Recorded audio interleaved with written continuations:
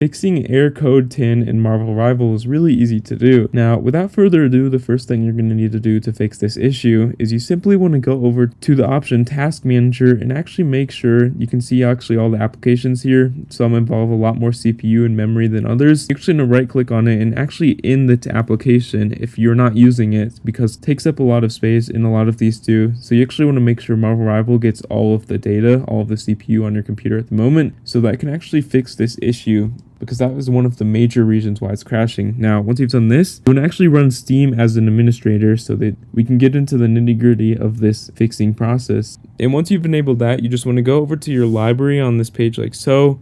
And as you can see, we in the bottom left-hand corner, we click on this option called Add a Non-Steam Game. And we basically want to just add this to here. So you click on this option. And as you can see, if we go over here, make sure Marvel Rivals is added. But if we go over to here on Marvel Rivals and click on installed files like so, you can actually click on this verify integrity of game file option. And actually just click on this option, verify the integrity of game files. This is basically verifying your account, making sure that you're not a robot. So you definitely want to do that. Otherwise, your account may be flagged for not being human or just not being legit. This should allow you to actually verify the game and allow you to successfully fix this error.